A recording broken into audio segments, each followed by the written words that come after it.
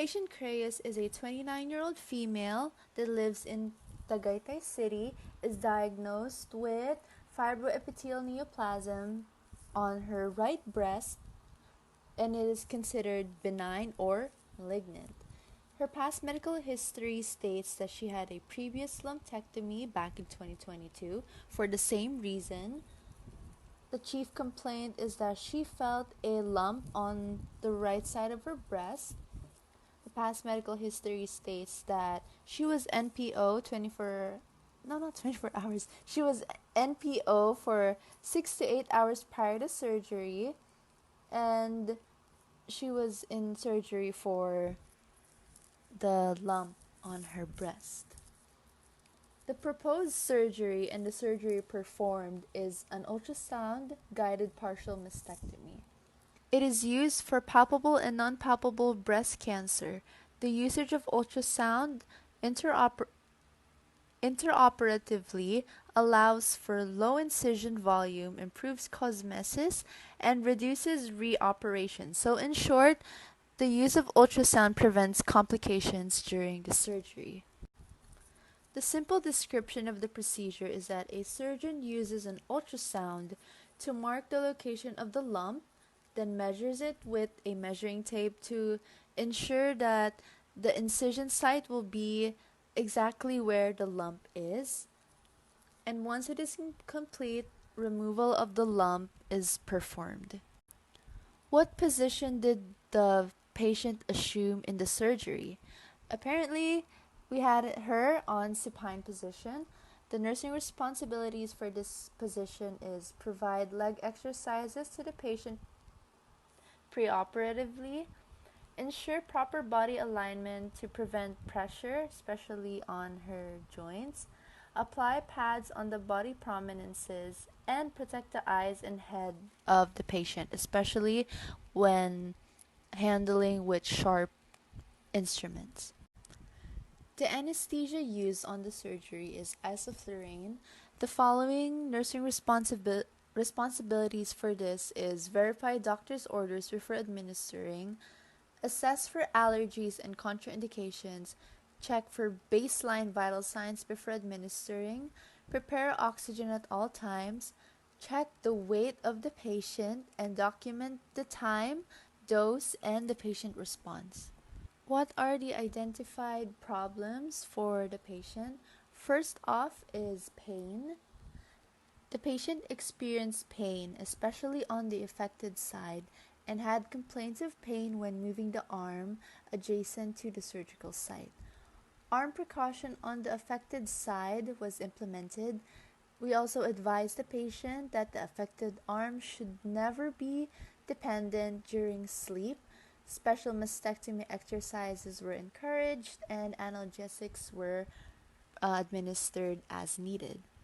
The rationale for this is that implementing arm precautions such as not taking BP on the affected side and avoid heavy lifting for a month after the surgery prevents lymphedema.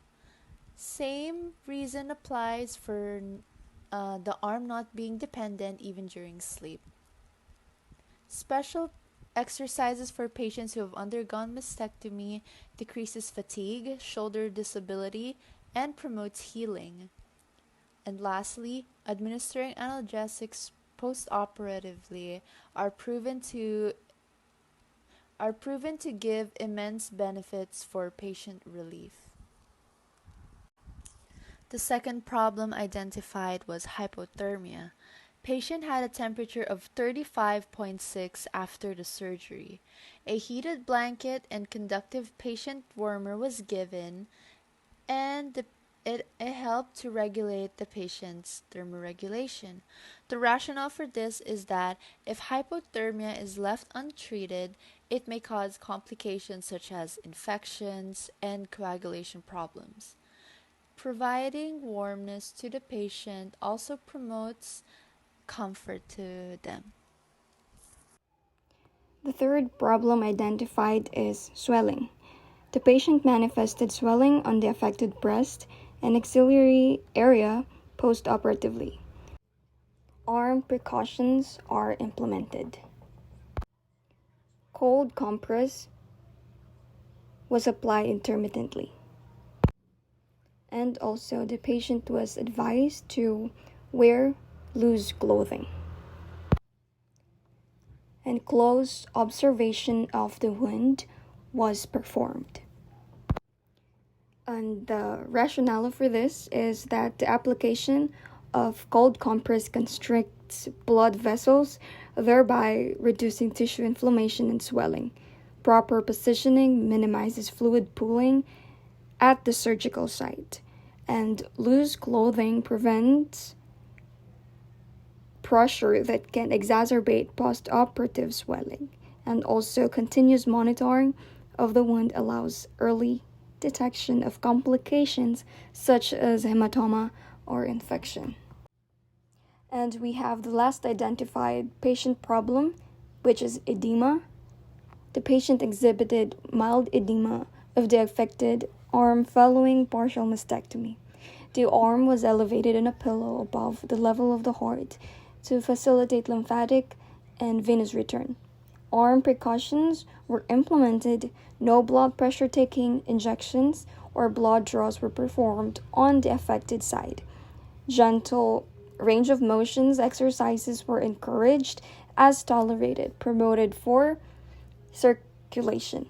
Patient was also instructed to report any feeling of heaviness, tightness, or persistent swelling. The rationale for this is that the elevation of the affected arm or limbs promotes lymphatic flow and reduces interstitial fluid accumulation. Avoiding procedures on the affected arm prevents trauma and further lymphatic obstruction, and reducing risk of lymphedema. Gentle exercises enhance circulation. It decreases stiffness and maintains mobility. And lastly, patient education fosters self-awareness and timely reporting of abnormal symptoms.